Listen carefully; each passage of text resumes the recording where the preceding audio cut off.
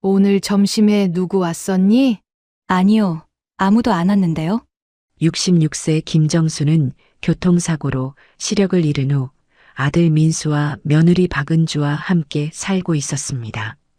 하지만 아들은 울산 현장 근무로 자주 집을 비우고 며느리와 단둘이 지내는 시간이 많았어요.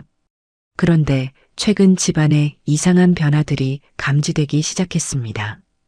낯선 향수 냄새, 두 사람 분량의 설거지, 그리고 밤마다 들려오는 수상한 소리들. 요즘 너희 집에 검은 패딩 입은 남자가 자주 서성이더라.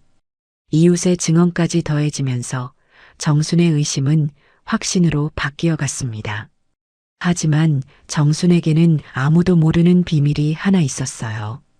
과연 이 비밀이 모든 진실을 밝혀낼 수 있을까요? 며느리가 감추고 있는 충격적인 실체와 시어머니의 예상 밖 반격이 펼쳐집니다. 영상 시청 전 구독과 좋아요 눌러주세요. 영상을 제작하는데 큰 힘이 됩니다. 봄비가 그친 저녁이었습니다. 공릉동 단독주택의 복도에 낯선 향수 냄새가 오래도록 남아 있었죠. 김정수는 손끝으로 문틀을 조심스럽게 더듬어 보았습니다. 미세한 흠집과 먼지의 결이 평소와 달랐어요. 문이 자주 열리고 닫혔다는 증거였습니다. 어머님, 오늘 점심은 어떠셨어요? 며느리 박은주의 목소리가 부엌에서 들려왔습니다. 정수는 고개를 돌리며 대답했어요. 괜찮았단다, 은주야. 그런데 집안 공기가 좀 다른 것 같구나. 새로 산 방향제라도 있니? 아, 그게요. 요즘 온라인 쇼핑몰 일 때문에 샘플 향수들을 많이 받아서요. 테스트해 보느라 여기저기 뿌려봤거든요. 은주의 대답이 너무 빨랐습니다. 준비된 대답 같았어요. 정수는 미소를 지으며 고개를 끄덕였습니다. 그렇구나. 요즘 일이 많이 바쁘지? 네, 촬영도 있고 미팅도 자주 있어서요. 어머님 혼자 계시는 시간이 많아서 죄송해요. 괜찮다. 나도 예전보다 많이 나아졌으니까. 정수는 부엌 쪽으로 걸어가며 손끝으로 주방 싱크대를 훑어보았습니다. 평소보다 설거지 흔적이 많았어요. 분명히 두 사람 몫이었습니다. 은주야, 오늘 점심에 누구 왔었니? 아니요, 아무도 안 왔는데요. 왜 그러세요? 아니다. 그냥 설거지가 평소보다 많은 것 같아서. 아, 그건 제가 요리하면서 그릇을 많이 써서 그래요. 새로운 레시피를 시도해 봤거든요. 정수는 조용히 고개를 끄덕였습니다. 그러나 마음속으로는 의심이 커져가고 있었어요. 설거지 흔적을 보니 커피잔 2개, 접시 2개의 자국이 뚜렷했거든요. 혼자서 새 요리를 시도하는데 왜 그릇을 2개씩 쓸까요? 어머님, 저 오늘 늦게 들어올 것 같아요. 클라이언트 미팅이 길어질 예정이거든요. 그래, 조심히 다녀와. 밥은 챙겨 먹고. 네, 걱정 마세요. 은주가 현관문을 닫고 나간 후 정수는 거실로 돌아와 소파에 앉았습니다. 벽걸이 시계의 초침 소리가 유난히 크게 들렸어요. 평소 같으면 그냥 넘어갔을 일들이 오늘따라 이상하게 느껴졌습니다. 옆집 박봉자 아주머니가 문을 두드리는 소리가 들렸어요. 정순아, 정순아. 네, 봉자 언니. 들어오세요. 문이 열렸어요. 어머, 정순아. 너 혼자 있구나. 은주는 방금 나갔어요. 미팅 있다고 하더라고요. 아, 그래. 그런데 말이야. 요즘 너희 집에 택배가 자주 오는데 받을 사람이 없어서 반송되는 일이 많더다. 그래요? 은주가 바쁘다 보니 그런가 봐요. 그리고 또 이상한 게 오늘 낮에 검은 패딩 입은 남자가 너희 집 골목에서 서성이더라고. 혹시 아는 사람이야? 정순의 눈썹이 살짝 움찔했습니다. 글쎄요, 잘 모르겠어요. 배달 기사일 수도 있고요. 배달 기사치고는 좀 오래 서성였어. 1시간은 넘게 있었던 것 같은데. 정수는 마음속으로 시간을 계산해 보았습니다. 1시간이나 서성였다면 분명 목적이 있었을 거예요. 봉자 언니, 그 사람 몇 시쯤에 봤어요? 오후 2시쯤부터 3시 반까지였나? 정확히는 모르겠지만 꽤 오래 있었어. 그러게요. 이상하네요. 정수는 속으로 메모했습니다. 오후 2시부터 3시 반. 은주가 외출한다고 1시간과 비슷했어요. 봉자가 돌아간 후 정수는 집안을 다시 한번 천천히 돌아다녔습니다. 현관 센서 등의 반응 패턴을 확인해 보니 평소보다 자주 켜졌다 꺼졌다 한 흔적이 있었어요. 거실 카펫을 만져보니 젖은 신발 자국 같은 게 있었습니다. 부엌으로 가서 머그컵들을 확인해 보니 2개의 컵에서 서로 다른 커피 농도의 흔적이 느껴졌어요. 하나는 연한 아메리카노, 다른 하나는 진한 원두커피 냄새가 났습니다. 은주는 항상 연한 아메리카노만 마시는데 말이죠. 정수는 서재로 가서 공책을 꺼냈습니다. 교사 시절부터 기록하는 습관이 있었거든요. 오늘부터 뭔가 이상한 일들을 적어보기로 했어요. 4월 15일 화요일. 낯선 향수 냄새, 문틀 흠집, 설거지 2사람 분량, 검은 패딩 남성 목격, 현관 센서 등 잦은 반응, 젖은 신발 자국, 서로 다른 커피 흔적. 차분히 적어 내려가면서 정수는 패턴을 찾으려 했습니다. 개별적으로 보면 우연일 수도 있지만 모두 연결해서 보면 뭔가 다른 그림이 나올 것 같았어요. 밤 10시가 넘어서 은주가 돌아왔습니다. 어머님, 늦어서 죄송해요. 미팅이 생각보다 길어졌어요. 괜찮다. 밥은 먹었니? 네, 밖에서 먹고 왔어요. 은주의 목소리에 평소보다 약간의 경계심이 느껴졌습니다. 혹시 낮에 집에 누군가 왔다는 얘기를 들었을까요? 정수는 애써 자연스럽게 말했어요. 그래, 고생했구나. 얼른 씻고 쉬어라. 네, 어머님도 편히 주무세요. 은주가 방으로 들어간 후 정수는 다시 공책을 폈습니다. 밤 10시 5분 귀가 목소리에 경계심, 평소보다 빨리 방으로 들어감. 적어가면서 정수는 생각했습니다. 만약 정말 뭔가 일어나고 있다면 더 정확한 증거가 필요했어요. 눈이 보이지 않는다고 무력한 건 아니거든요.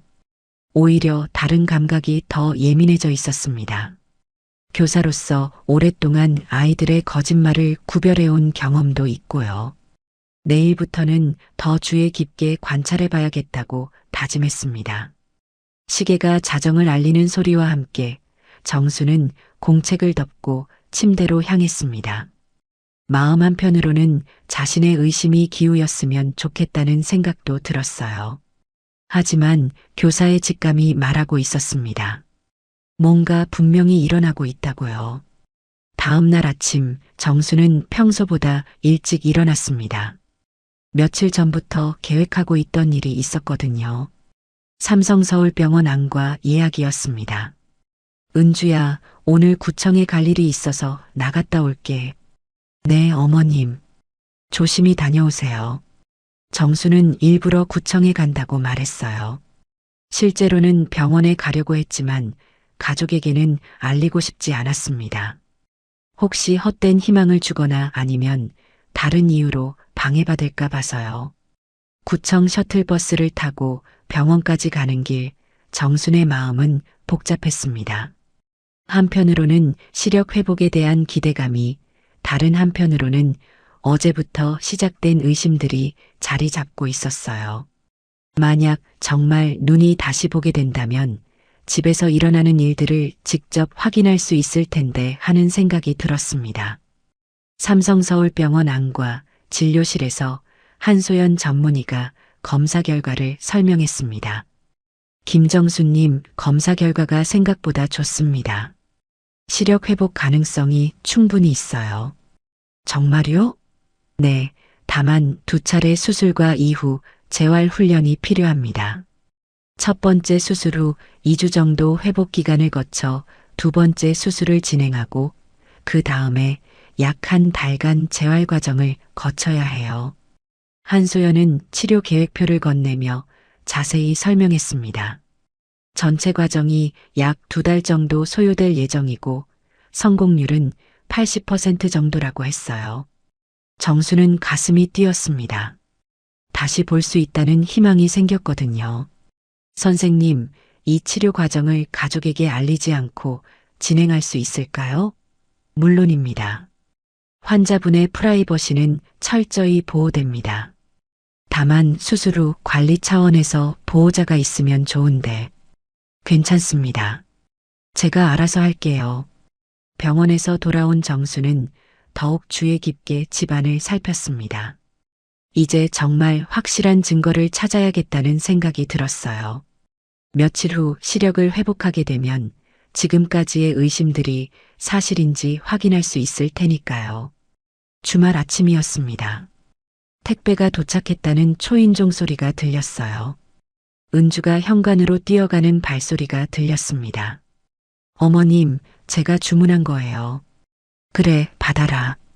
정수는 거실에 앉아 있으면서 은주의 움직임을 주의 깊게 들었습니다. 택배 포장을 뜯는 소리, 그리고 뭔가를 꺼내는 소리가 들렸어요. 사이즈는 95, 색상은 화이트였습니다. 그날 오후 정수는 은주의 방 근처를 지나가다가 옷걸이에서 낯선 냄새를 맡았습니다. 남성용 셔츠의 새 옷 냄새와 은주의 향수 냄새가 섞여 있었어요. 분명히 함께 걸어놓은 게 틀림없었습니다. 정수는 며칠 전부터 눈여겨보던 거실의 더미 CCTV를 다시 확인해 보았습니다. 장식용으로 설치해 놓은 가짜 카메라였는데 위치가 미묘하게 바뀌어 있었어요. 누군가 신경 쓰고 있다는 뜻이었습니다. 그리고 구형 라디오의 볼륨도 평소보다 2칸 정도 높게 맞춰져 있었어요. 대화 소리를 가리려는 용도일까요? 며칠 후 정수는 세탁을 하다가 세탁기 필터에서 이상한 걸 발견했습니다. 동대문 평화시장 골목 카페 영수증 조각이었어요. 물에 젖어서 글씨가 번져 있었지만 2잔 결제 내역과 자석 번호 7번이 희미하게 보였습니다. 은주가 혼자 카페에 갔다면 한 잔만 주문했을 텐데 왜 2잔일까요? 오후에 박봉자가 또 찾아왔습니다. 정순아, 너 며느리 말인데. 네, 왜요? 요즘 밤늦게 들어오는 날이 많더라. 그런데 이상한 게 골목 CCTV가 없는 뒷길로 돌아오는 걸 2번이나 봤어. 언제요? 지난주 화요일 밤 11시쯤이랑 그저께 목요일 밤 10시 반쯤. 둘 다 비 오는 날이었는데 굳이 멀리 돌아서 오더라고. 박봉자의 말을 들으며 정수는 패턴을 발견했습니다. 은주가 CCTV를 피해 다니고 있다는 뜻이었어요. 뭔가 들키고 싶지 않은 일이 있다는 거죠. 봉자 언니, 정확한 시간을 기억하세요? 응, 내가 평소에 그 시간에 창문으로 밖을 내다보는 습관이 있거든. 뉴스 시간 끝나고 날씨 확인하려고. 그날 밤 정수는 중요한 결정을 내렸습니다. 더 확실한 증거를 모으기 위해 소형 보이스 레코더를 설치하기로 한 거예요. 온라인으로 주문해서 며칠 전에 받아놓은 게 있었습니다. 3대를 주문했는데 각각 현관 신발장, 거실 책꽂이, 주방 수납장 아래에 숨겨놓기로 했어요. 밤 12시가 넘어서 은주가 잠든 걸 확인한 후 정수는 조용히 움직였습니다. 오랫동안 익숙해진 집의 구조 덕분에 어둠 속에서도 자유자재로 다닐 수 있었거든요. 첫 번째 녹음기는 현관 신발장 뒤편에, 2번째는 거실 책꽂이 틈새에, 3번째는 주방 수납장 아래쪽에 설치했습니다. 작동 시간을 각각 다르게 설정해서 리듬을 감추려고 했어요. 다음 날 저녁 정수는 현관 센서 등의 패턴 변화를 발견했습니다. 평소보다 훨씬 자주 켜졌다 꺼졌다 하고 있었어요. 누군가 자주 들락날락하고 있다는 뜻이었습니다. 욕실을 확인해 보니 수건 2장이 젖어 있었어요. 은주 혼자 쓰기에는 너무 많은 양이었습니다. 냉장고를 열어보니 와인병에 코르크가 이상하게 끼워져 있었습니다. 절반만 들어가 있어서 완전히 밀봉되지 않은 상태였어요. 그리고 치즈 칼날의 남은 자국의 각도도 평소와 달랐습니다. 은주는 치즈를 별로 좋아하지 않는데 누군가 다른 사람이 사용한 것 같았어요. 정수는 그동안 수집한 증거들을 정리하기 시작했습니다. 공책에 표를 그려서 항목별로 분류했어요. 물적 증거, 목격 증언, 행동 패턴, 시간 대별 기록 등으로 나누어서 체계적으로 정리했습니다. 각 항목마다 확보 방법과 위험도도 함께 메모했어요. 며칠 후 첫 번째 수술 날짜가 잡혔습니다. 정수는 은주에게 또 다른 거짓말을 해야 했습니다. 은주야, 내일 구청에서 어르신 건강검진이 있어서 하루 종일밖에 있을 것 같다. 네, 어머님. 점심은 챙겨 드시고요. 괜찮다. 너도 일 때문에 바쁠 텐데 신경 쓰지 마라. 그날 밤 정수는 녹음기에서 첫 번째 파일을 확인했습니다. 현관에서 녹음된 내용이었는데 은주의 목소리와 함께 낯선 남성의 목소리가 들렸어요. 조심해. 혹시 깨실까봐. 괜찮아. 깊이 주무시고 계셔. 대화 내용은 짧았지만 충분히 의미가 있었습니다. 이제 확신이 섰습니다. 정순의 의심은 사실이었어요. 하지만 더 확실한 증거가 필요했습니다. 수술 후 시력이 회복되면 직접 눈으로 확인할 수 있을 거예요. 그때까지 더 많은 증거를 모아야겠다고 다짐했습니다. 수술을 앞둔 화요일 아침, 정수는 일부러 부엌에서 찻잔을 떨어뜨렸습니다. 아이고, 손에서 미끄러졌네. 은주야, 미안하다. 어머님, 괜찮으세요? 다치셨어요? 은주가 급히 달려왔습니다. 괜찮다. 그냥 손이 미끄러웠나 봐. 요즘 컨디션이 좀 안 좋은 것 같아. 어머님, 혹시 어디 아프신 건 아니에요? 아니다. 나이가 드니까 그런 게 아니겠니? 정수는 일부러 더 무력한 모습을 연출했습니다. 은주의 경계심을 낮추려는 계획이었어요. 그날 오후 비가 내리기 시작했습니다. 정수는 현관으로 나가다가 일부러 미끄러진 흉내를 냈어요. 신발이 젖어서 미끄러졌다는 핑계로 현관 바닥에 흔적을 남겼습니다. 은주가 퇴근 후 그 흔적을 보고 더욱 안심할 거라고 생각했거든요. 어머님이 예전보다 더 불편해하신다고 느끼도록 말이죠. 며칠 사이 은주의 외박이 늘어났습니다. 어머님, 오늘 촬영이 새벽까지 이어질 것 같아요. 밖에서 자고 내일 저녁에 들어올게요. 그래, 조심히 해라. 몸 상하지 말고. 네, 걱정 마세요. 은주는 이제 아예 하루씩 집을 비우기 시작했어요. 예전에는 늦어도 밤에는 집에 들어왔는데 이제는 외박도 자연스럽게 하고 있었습니다. 정수는 은주의 결제 내역을 확인할 방법을 찾았습니다. 공용카드 명세서를 점자로 확인해 보니 최근 들어 사용 내역이 급격히 줄어들어 있었어요. 대신 은주가 개인적으로 가상계좌 이체를 많이 사용하고 있다는 걸 알 수 있었습니다. 뭔가 숨기고 싶은 거래가 있다는 뜻이었죠. 울산에서 일하는 아들 민수에게서 전화가 왔습니다. 어머니, 안녕하세요. 요즘 어떻게 지내세요? 응, 잘 지낸다. 너는 일이 어떻고? 아, 공사 일정이 또 연장됐어요. 한 달 더 늘어날 것 같습니다. 그렇구나. 몸 조심해라. 네, 은주는 잘 있죠? 응, 잘 있다. 바쁘긴 하지만. 민수는 피곤한 목소리로 대화를 서둘러 마쳤습니다. 현장 일이 힘들어서 집 상황까지 신경 쓸 여력이 없어 보였어요. 수술 전날 정수는 삼성서울병원에서 동의서에 서명했습니다. 한소연 의사가 다시 한번 설명했어요. 수술 성공률은 높지만 완전한 시력 회복을 보장할 수는 없습니다. 그리고 회복 과정에서 상당한 통증이 있을 수 있어요. 괜찮습니다. 해보고 싶어요. 알겠습니다. 내일 오전 9시까지 오시면 됩니다. 정수는 떨리는 마음으로 동의서에 서명했습니다. 이제 정말 시작이었어요. 첫 번째 수술이 끝나고 회복실에서 깨어났을 때 정순의 눈은 두꺼운 붕대로 감겨 있었습니다. 어지럽고 메스꺼웠지만 마음 한편으로는 희망이 생겼어요. 수술은 성공적이었다고 간호사가 말해줬거든요. 하지만 아직 할 일이 남아 있었습니다. 집에 돌아가서 녹음기 배터리를 확인하고 새로운 파일들을 정리해야 했어요. 붕대를 감고 집에 돌아온 정순을 보고 은주가 놀랐습니다. 어머님, 어떻게 된 거예요? 눈에 붕대를? 구청에서 안과 검진을 받았는데 염증이 있다고 하더라.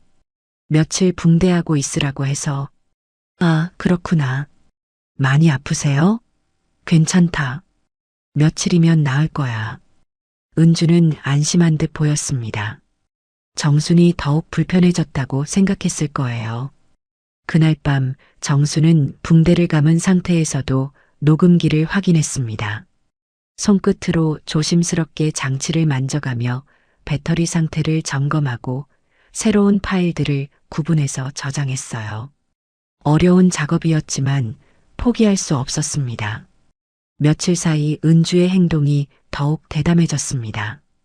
세탁 바구니에서 남성용 러닝 셔츠를 발견했을 때는 정말 놀랐어요. 아예 대놓고 섞어두다니. 그리고 주방 쓰레기통에서는 고급 레스토랑 와인 코르크 조각과 양초 심지까지 나왔습니다. 집에서 로맨틱한 분위기를 연출하고 있다는 뜻이었죠. 박봉자가 또 찾아왔습니다. 정순아, 눈이 어떻게 된 거야? 염증이라고 하더라고. 며칠 더 있어야 해. 그런데 말이야, 요즘 밤에 너희 집 초인종이 이상하게 울려. 어떡해요? 밤 10시 넘어서 누르다가 바로 취소하는 일이 자꾸 반복돼. 혹시 고장 난 건 아니야? 그럴 수도 있겠네요. 확인해 봐야겠어요. 그리고 또 골목에 차 한 대가 매일 비슷한 시간에 와서 주차하더라. 몇 시쯤인데요? 밤 9시 반쯤부터 새벽 1시까지. 정말 규칙적이야. 두 번째 수술을 앞두고 정수는 법무사 유지호를 만났습니다. 구청 가는 척하고 그의 사무실에 갔어요. 김정수님, 어떤 일로 오셨나요? 혹시 가사소송 관련해서 문의드리고 싶은 게 있어서요. 그런 일이 있으셨나요? 아직 확실하지는 않은데 미리 알아보고 싶어서요. 가사소송에서 가장 중요한 건 증거입니다. 특히 개인적인 대화를 녹음한 경우에는 일정한 조건을 만족해야 증거 능력이 인정돼요. 어떤 조건인가요? 우선 당사자 중 한 명이 참여한 대화여야 하고 불법적인 방법으로 취득하지 않아야 합니다. 그리고 편집이나 조작이 없어야 하죠. 유지호는 필요한 서류 양식들도 미리 준비해줬습니다. 혹시 모를 상황에 대비해서 미리 작성해둘 수 있는 것들이었어요.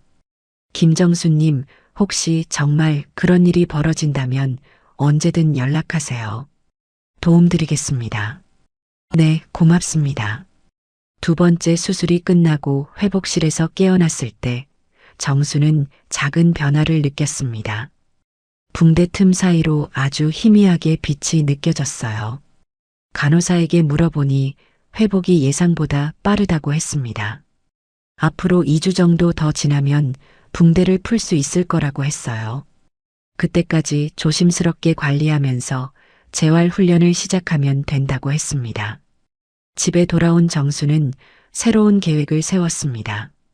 시력이 완전히 회복되면 지금까지 수집한 증거들을 눈으로 직접 확인할 수 있을 거예요. 그리고 더 세밀한 물증들도 찾을 수 있을 겁니다. 그때까지는 계속 장님인 척 연기를 해야 했어요. 절대 들키면 안 되었습니다. 정수는 집안 조명의 각도와 그림자 길이를 기억하는 훈련을 시작했습니다. 시력이 돌아왔을 때 더 정확한 관찰을 위해서였어요. 두 번째 수술 후 일주일이 지났습니다. 정수는 붕대를 풀고 처음으로 희미한 빛을 보았어요. 아직 형태는 뚜렷하지 않았지만 밝기 변화는 느낄 수 있었습니다. 하지만 아무에게도 말하지 않았어요. 이제 진짜 계획을 실행할 때였거든요. 정수는 거실 조명 밝기를 한 단계 낮췄습니다.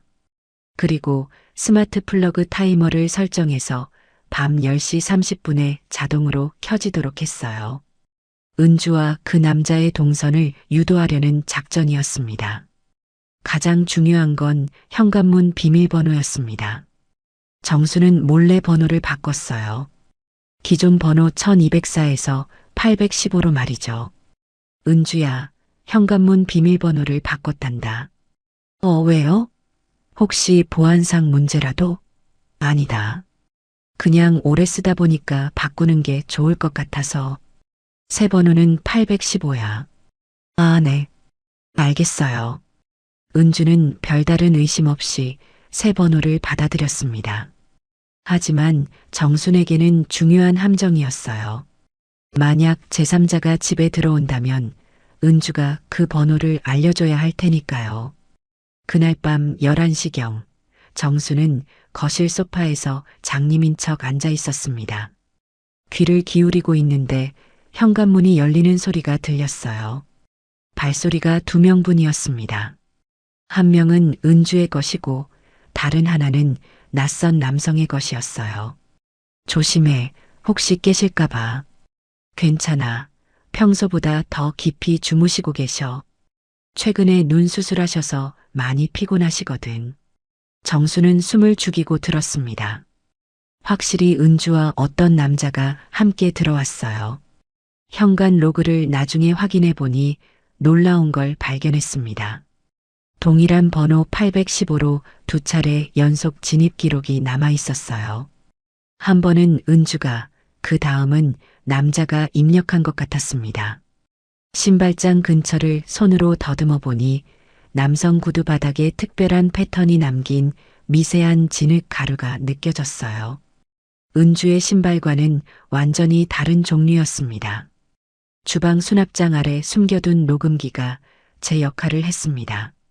이어폰으로 들어보니 접촉하는 소리, 웃음소리, 그리고 향수 뚜껑을 여닫는 소리까지 선명하게 녹음되어 있었어요. 여기서 괜찮을까? 어머님은 저기 계시니까 문제없어. 평소에도 잠들면 깊이 주무시거든. 남자의 목소리는 생각보다 젊었습니다. 30대 후반 정도로 들렸어요. 정수는 소파에 앉은 채로 거울 프레임의 유리 반사를 이용했습니다. 희미한 시력으로도 실루엣 정도는 구분할 수 있었거든요. 거실 벽에 큰 거울에 비친 두 사람의 그림자가 보였어요. 은주보다 훨씬 큰 남자의 실루엣이 뚜렷했습니다. 키는 180cm 정도, 어깨가 넓은 체격이었어요. 정순이 미리 설정해둔 스마트 리모컨이 작동했습니다. 밤 10시 30분에 자동으로 TV가 켜진 거예요. 갑자기 뉴스 소리가 나오자 두 사람의 동선이 순간 멈췄습니다. TV가 왜 켜졌지? 어머님이 타이머 설정해 두신 것 같아. 평소에도 그러시거든. 다행히 은주가 자연스럽게 넘어갔어요. 하지만 그 순간 각자 휴대전화를 켜는 바람에 화면 밝기가 거울에 반사되어 정순이 볼 수 있었습니다. 정수는 법무사가 알려준 지침을 떠올렸습니다. 날짜, 시간, 장소가 명확한 증거를 모아야 한다고 했거든요. 휴대전화로 조용히 사진을 찍고 녹음기 파일의 시간을 정확히 기록했어요. 2024년 4월 25일 밤 10시 35분 거실에서 두 명의 실루엣 확인. 남성 추정 키 180cm, 어깨 넓은 체격. 휴대전화 2대 동시 사용 확인. 외부 복도로 나가는 남자의 모습도 포착했습니다.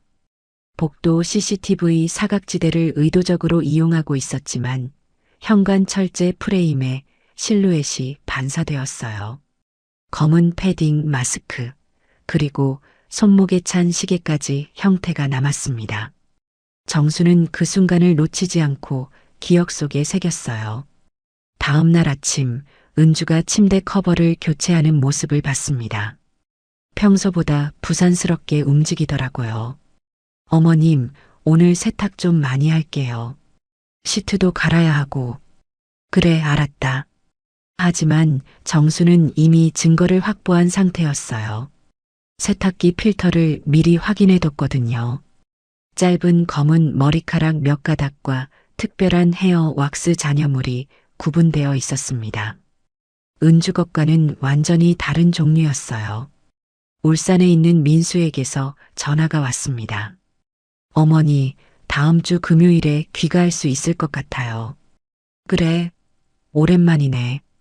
네, 공사가 한 달락 끝나서 주말에는 집에 있을 수 있어요. 은주는 잘 있죠? 응, 잘 있다. 정수는 마음속으로 계산했습니다. 다음 주 금요일이면 모든 준비가 완료될 거예요. 그때가 바로 진실을 공개할 때였습니다. 정수는 지금까지 수집한 모든 자료를 시간순으로 정리하기 시작했습니다. 사진, 녹음 파일, 물적 증거, 목격 증언까지 체계적으로 분류했어요. 각각을 폴더별로 나누고 인쇄할 수 있는 것들은 미리 출력해뒀습니다. A사 용지 20여 장에 달하는 방대한 자료였어요.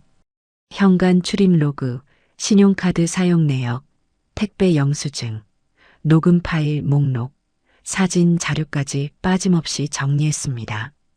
그날 밤 정수는 마지막 확인 작업을 했습니다. 녹음기 세대의 파일을 모두 백업하고 휴대전화에 저장된 사진들도 별도로 복사해뒀어요. 혹시 모를 상황에 대비해서 법무사 사무실에도 한 벌을 맡겨뒀습니다. 김정수님, 이 정도면 충분히 증거 능력이 있습니다. 날짜와 시간이 명확하고 조작의 흔적도 없어요. 유지호의 말에 정수는 안심했습니다.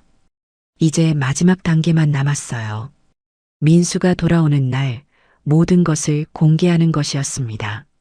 정수는 거실 테이블 위에 파일들을 차곡차곡 쌓아뒀습니다. 진실의 순간이 다가오고 있었어요. 민수가 울산에서 돌아온 금요일 저녁이었습니다. 정수는 미리 거실 테이블 위에 파일들을 정리해뒀어요. 인쇄된 서류들, 녹음기, 그리고 휴대전화까지 차례대로 배치했습니다. 보조 조명도 켜서 증거 자료들이 선명하게 보이도록 준비했어요. 어머니, 다녀왔습니다. 고생 많았구나. 은주는 아직 안 들어왔네. 곧 올 거야. 민수는 피곤한 기색이 역력했지만 어머니와 오랜만에 만난다는 반가움이 컸어요. 민수야, 오늘 중요한 얘기가 있어서 가족회의를 하려고 한다. 가족회의요? 무슨 일이세요? 은주가 들어오면 시작하자. 우선 앉아라. 민수는 어머니의 진지한 표정을 보고 심상치 않음을 느꼈습니다. 테이블 위에 놓인 서류 더미와 녹음기를 보니 더욱 궁금해졌어요. 8시가 넘어서 은주가 들어왔습니다. 어머님, 민수 오빠. 안녕하세요. 늦어서 죄송해요. 은주야, 여기 앉아라. 얘기할 게 있다. 은주의 얼굴이 순간 굳었습니다. 무슨 얘기인지 감이 오는 것 같았어요. 어떤 얘기인데요? 곧 알게 될 거다. 정수는 첫 번째 파일을 꺼냈습니다. 지난 몇 주 동안의 기록들이었어요. 그때 현관 초인종이 울렸습니다. 누구지? 은주가 당황한 기색으로 일어났어요. 제가 나가볼게요. 아니다. 내가 나가겠다. 정순이 문을 열자 낯선 남자가 서 있었습니다. 안녕하세요. 은주 씨 있나요? 당신이 누구십니까? 저는 최도윤이라고 합니다. 은주 씨와 약속이 있어서. 민수가 현관으로 나왔습니다. 누구세요? 아, 안녕하세요. 저는 지역 스포츠센터에서 트레이너로 일하는 최도윤입니다. 정수는 최도윤의 목소리를 듣는 순간 확신했습니다. 녹음기에 들렸던 바로 그 남자의 목소리였어요. 키와 체격도 어둠 속에서 본 실루엣과 정확히 일치했습니다. 손목에 찬 시계도 그때 본 것과 같았고요. 들어오세요. 마침 얘기할 일이 있어서 가족회의 중이었습니다. 최도윤은 어쩔 수 없이 거실로 들어왔어요. 정수는 테이블 위에 첫 번째 서류를 들었습니다. 현관 출입 로그였어요.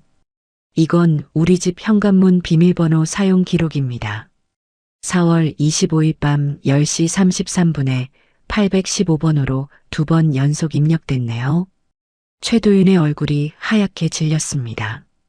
그리고 이건 그날 밤 녹음된 파일입니다. 정순이 녹음기 재생 버튼을 눌렀어요. 조심해, 혹시 깨실까봐. 괜찮아, 평소보다 더 깊이 주무시고 계셔.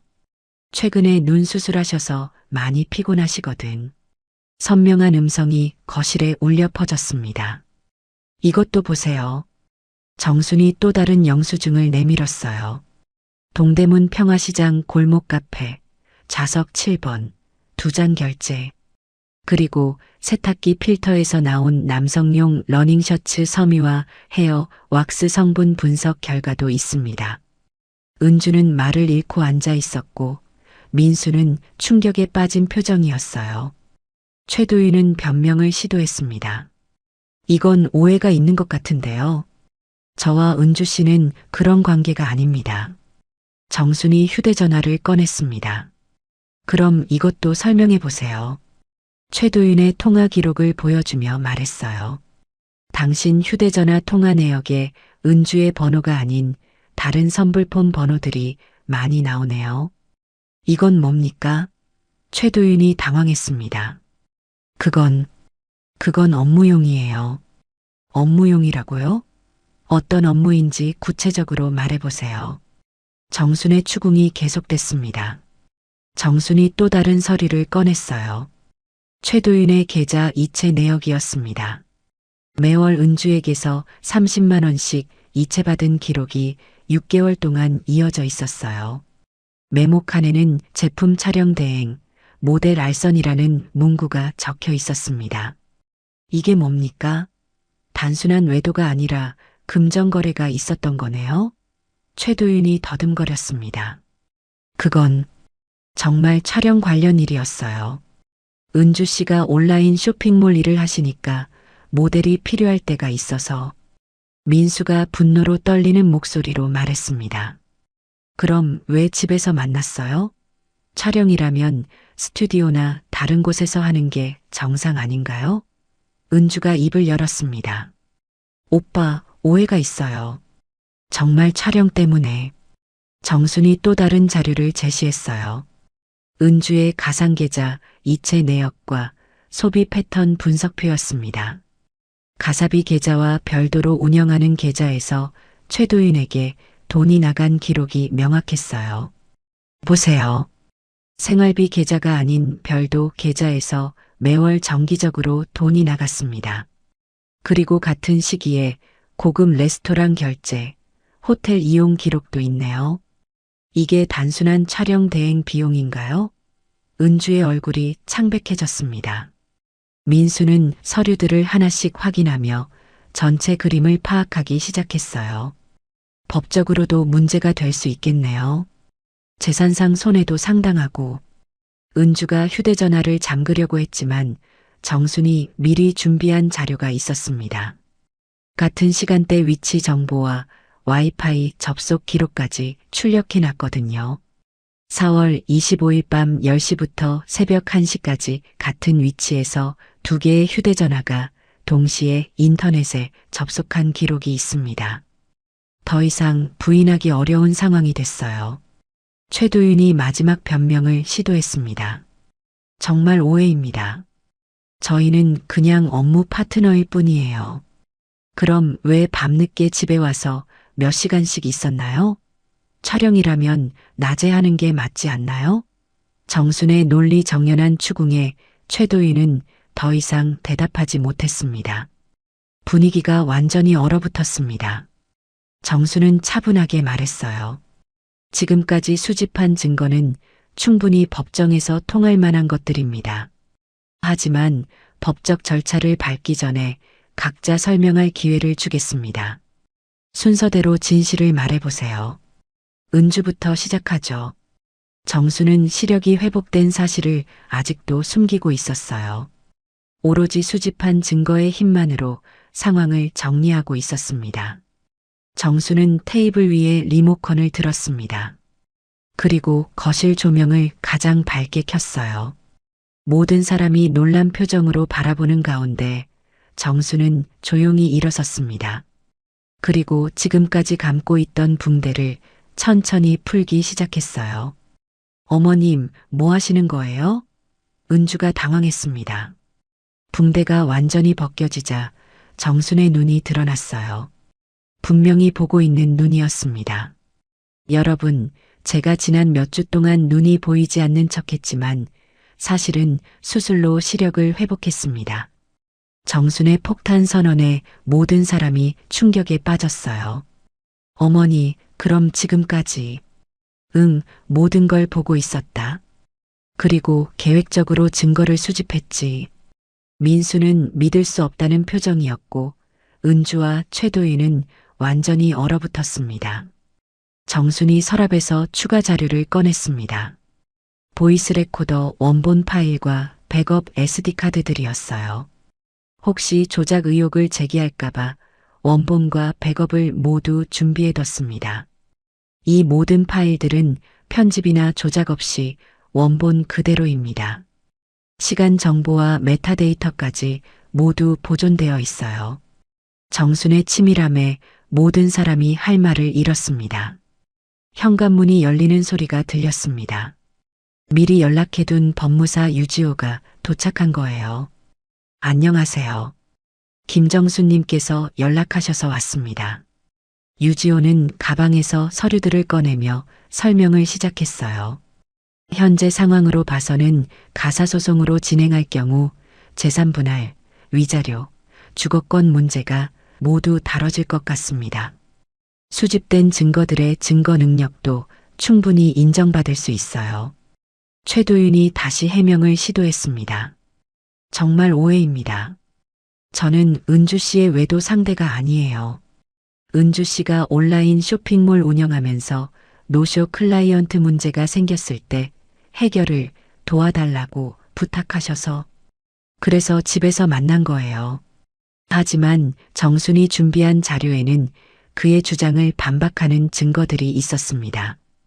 계좌 이체 메모에 나온 내용과 녹음된 대화 내용이 단순한 업무 관계 이상의 사적 만남을 보여줬거든요. 정순이 노트북을 켰습니다. 은주야, 내 클라우드 계정에 접속해봐라. 은주가 떨리는 손으로 노트북을 조작했어요. 파일 목록 중에 후원자라는 이름의 엑셀 파일이 보였습니다. 이게 뭐지? 정순이 파일을 열자 놀라운 내용이 드러났어요. 소액 후원 계좌 리스트가 수십 개나 정리되어 있었고 그중 일부가 최도윤의 계좌와 연결되어 있었습니다. 이게 뭡니까? 민수가 화가 나서 물었어요. 은주가 더듬거리며 대답했습니다. 그게 온라인에서 소액 후원을 받는 시스템이에요. 제품 홍보를 도와주시는 분들께 소정의 수수료를 드리고 하지만 파일을 자세히 보니 단순한 제품 홍보가 아니었어요. 다단계식 홍보 네트워크 구조였습니다. 후원자들이 또 다른 후원자들을 끌어들이고 그 과정에서 수수료가 분배되는 시스템이었죠. 최도윤도 이 네트워크에 깊숙이 관여되어 있었습니다. 그의 계좌로 들어온 돈이 은주에게서만 온 게 아니라 여러 경로에서 유입된 흔적이 보였어요. 정순이 추가 자료를 제시했습니다. 그리고 이 모든 활동의 거점으로 우리 집이 사용됐습니다. 거실에서의 접객, 야간 시간대 이용, 소음 발생까지. 은주는 완전히 궁지에 몰렸어요. 그동안 경제적 압박과 외로움 때문에 무리한 일을 벌였다고 인정할 수밖에 없었습니다. 어머님, 정말 죄송해요. 처음에는 단순한 부업이라고 생각했는데 점점 복잡해지고 그래서 집을 안전한 장소로 생각하고 사용했어요.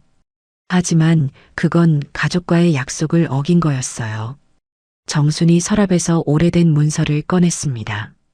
결혼 초기에 작성한 가족 규칙 합의서였어요. 이 문서에 명시되어 있습니다.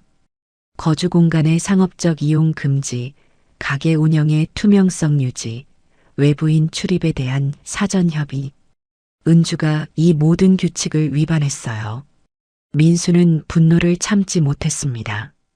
은주야, 이건 너무하잖아. 결혼할 때 약속한 기본적인 것들을 어떻게 이렇게 쉽게 어길 수 있어? 나는 울산에서 가족을 위해 열심히 일하고 있는데 집에서는 이런 일이 벌어지고 있었다고? 민수가 결단을 내렸습니다. 당장 분리 거주하겠어요. 그리고 은주와 공동계좌도 모두 분리하겠습니다. 유지호 변호사님, 임시보호명령 같은 것도 가능한가요? 가능합니다. 필요하시면 내일 당장 신청할 수 있어요. 상담 일정도 잡아드릴게요.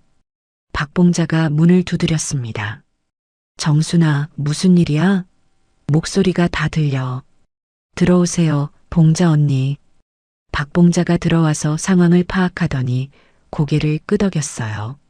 아, 그래서 그랬구나. 사실 이웃들 민원이 많이 들어왔어. 야간 소음, 외부인 출입, 주차 문제까지. 구청에 신고 접수된 것만 해도 5건이 넘어. 정순이 놀랐습니다. 그렇게 많이 들어왔다고요? 응, 우리 동네가 조용한 주택가인데 갑자기 사람들 드나드는 일이 많아지니까 다들 신경 쓰이지. 유지호가 법적 절차를 설명했습니다. 민원 기록까지 있다면 단순한 가정 문제를 넘어서는 수준입니다. 사업자 등록 없이 상업 활동을 한 것도 문제가 될 수 있고 주거지역 용도 위반 소지도 있어요. 최도윤도 공범으로 처벌받을 가능성이 높습니다. 최도윤의 얼굴이 하얗게 질렸어요. 정순이 마지막 선언을 했습니다. 법정에서 만나기 전에 먼저 가족 내부의 윤리적 책임부터 분명히 하겠습니다. 그 다음에 법적 절차를 결정하죠. 모든 사람이 정순의 단호한 어조에 숨을 죽였어요. 지금까지 무력한 시어머니로만 알고 있던 정순이 이렇게 치밀하고 강인한 모습을 보인 것은 처음이었거든요. 다음 단계가 무엇인지 모든 사람이 긴장하며 기다렸습니다. 정수는 거실 한가운데 의자를 배치하고 모든 사람을 앉혔습니다.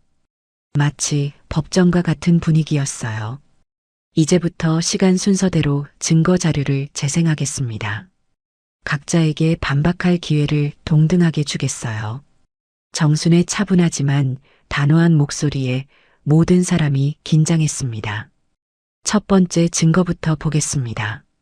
정순이 달력을 펼치며 4월 15일부터 차례대로 설명하기 시작했어요. 4월 15일 첫 번째 의심 시작. 낯선 향수 냄새와 설거지 두 사람 분량. 4월 17일 검은 패딩 남성 목격. 4월 20일 남성용 셔츠 택배 수령. 4월 23일 동대문 카페 2잔 결제 영수증 발견. 그리고 4월 25일 결정적 현장 목격과 녹음. 정순이 하나하나 증거를 제시할 때마다 은주의 얼굴이 더욱 창백해졌어요. 이제 은주부터 해명해 보세요. 은주가 떨리는 목소리로 입을 열었습니다. 어머님, 정말 죄송합니다. 처음에는 정말 단순한 업무 관계였어요. 온라인 쇼핑몰 일을 하면서 혼자 감당하기 어려운 부분들이 많았거든요. 노쇼 클라이언트 문제, 배송 관련 트러블, 홍보 방법까지. 도윤 씨가 도움을 준다고 해서 처음에는 정말 고마웠어요. 하지만 정순이 추가 질문을 던졌습니다. 그럼 왜 집에서 만났습니까? 외부에서 만날 수도 있었을 텐데. 은주가 고개를 떨어뜨렸어요. 그게 솔직히 말하면 외로웠어요.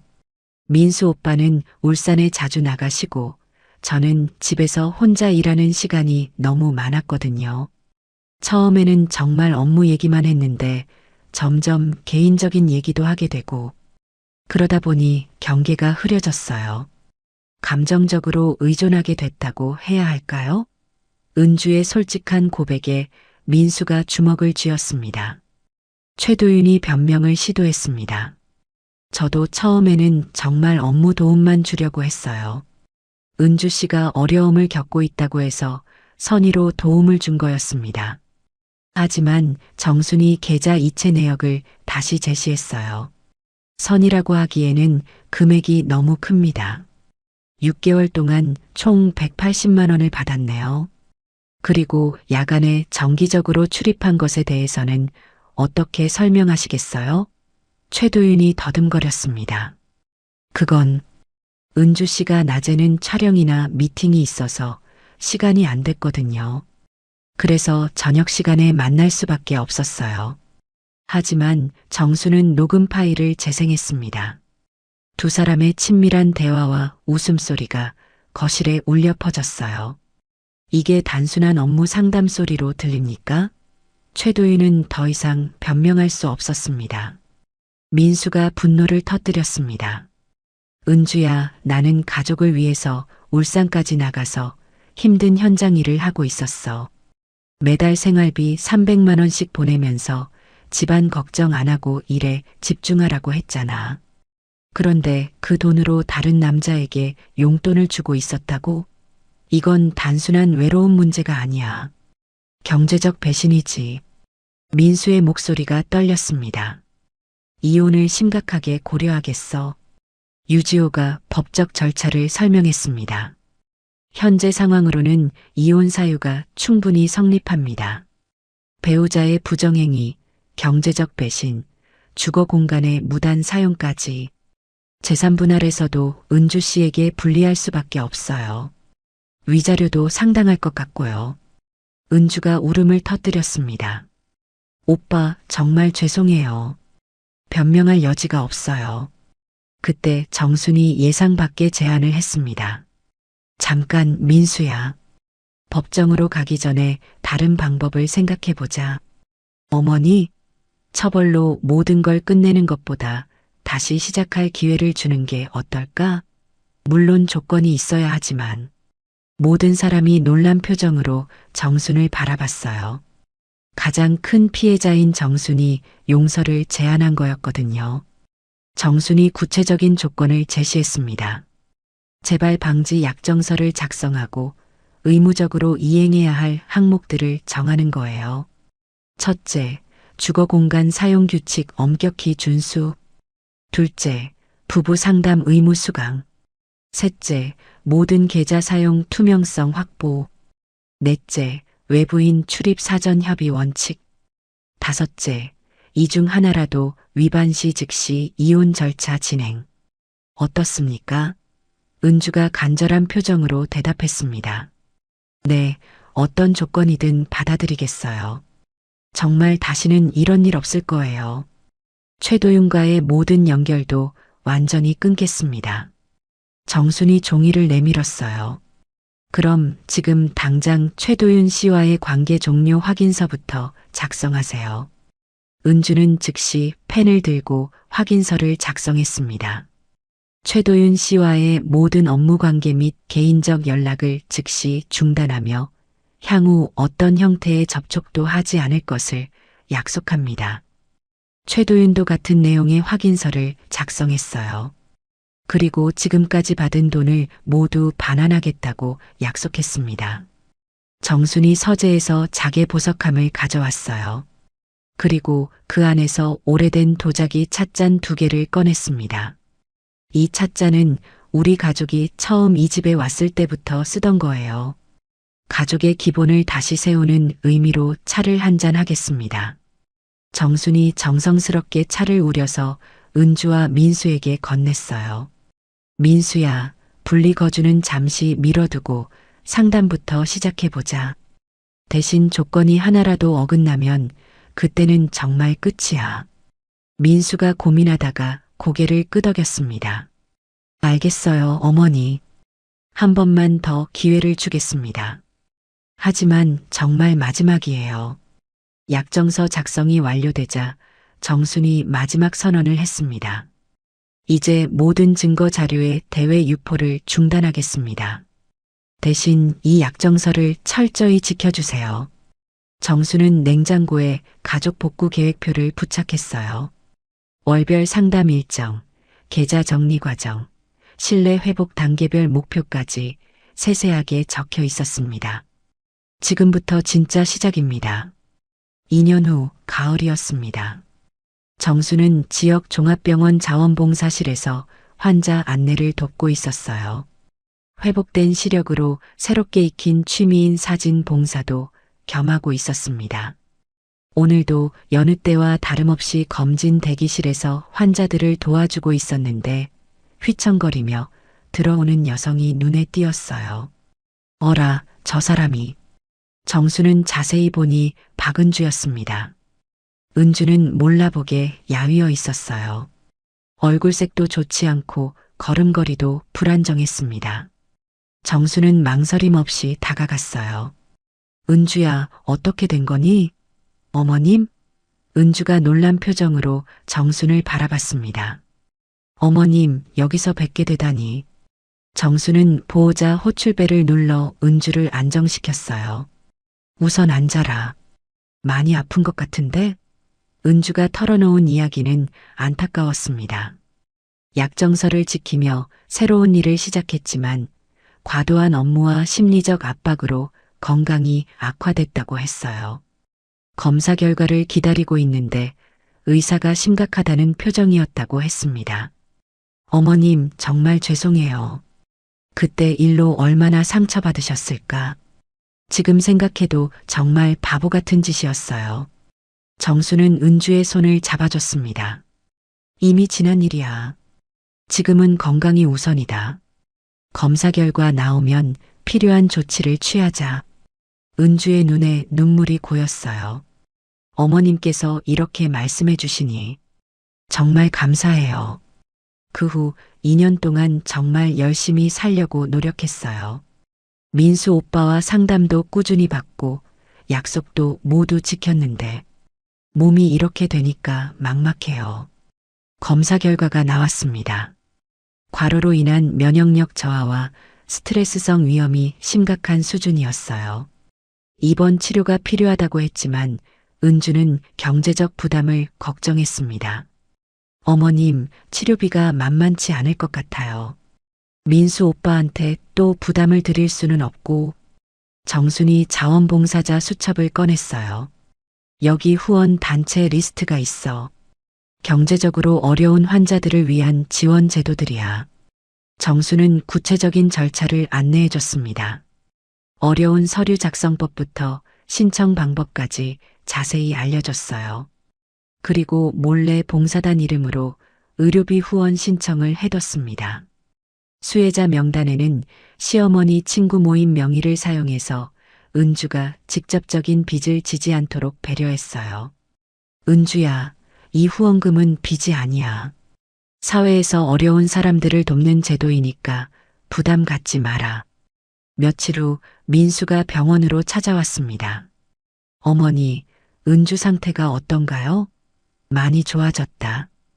약 잘 먹고 푹 쉬면 회복될 거야.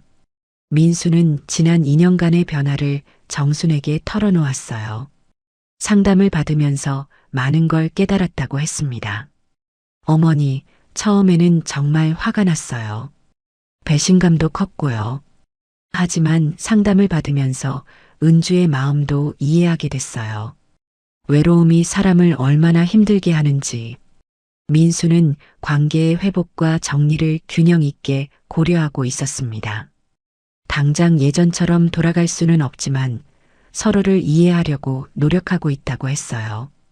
어머니가 기회를 주신 덕분에 우리도 다시 생각해 볼 수 있었어요.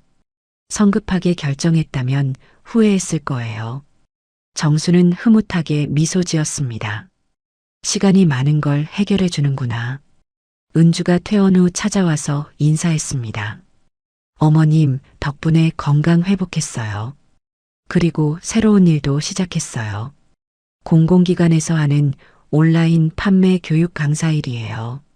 예전처럼 혼자 무리하지 않고 정규직으로 안정적으로 일할 수 있어요. 정수는 기뻐했습니다. 잘했구나. 건강이 최우선이야. 은주는 약정서의 모든 조항을 지키며 생활하고 있었어요. 가정 내 규칙도 철저히 준수하고 투명한 계좌 관리도 계속하고 있었습니다. 오후가 되어 자원봉사를 마친 정수는 병원 창가에 잠시 앉았습니다. 햇살이 따뜻하게 비치는 걸 보며 지난 일들을 돌이켜봤어요. 기록이 진실을 지켜줬고 선택이 사람을 바꿨다는 걸 실감했습니다. 무엇보다 복수보다는 기회를 주는 게 더 큰 힘이 있다는 걸 깨달았어요. 물론 쉬운 결정은 아니었지만 지금 보니 옳은 선택이었던 것 같았습니다. 집으로 돌아온 정수는 거실 벽걸이 시계 초침 소리를 들으며 차를 우려냈습니다. 예전처럼 혼자가 아니라 가족과 함께 마실 차였어요. 은주가 퇴근 후 들어와서 인사했습니다. 어머님 다녀왔습니다. 오늘 강의는 어땠니? 수강생들이 열심히 들어주셔서 보람 있었어요. 내일은 새로운 과정이 시작돼요. 민수도 저녁에 돌아왔습니다. 이제는 울산 출장이 줄어들어서 집에 있는 시간이 많아졌어요. 어머니, 오늘 봉사활동은 어떠셨어요? 새로 입원한 환자분들 도움 많이 됐어. 사진 촬영 요청도 몇 건 있었고, 정수는 요즘 환자들의 회복 기념 사진을 찍어주는 일도 하고 있었거든요. 의외로 인기가 많았어요. 저녁 식사 후 정수는 자개 보석함을 열고 일지를 꺼냈습니다.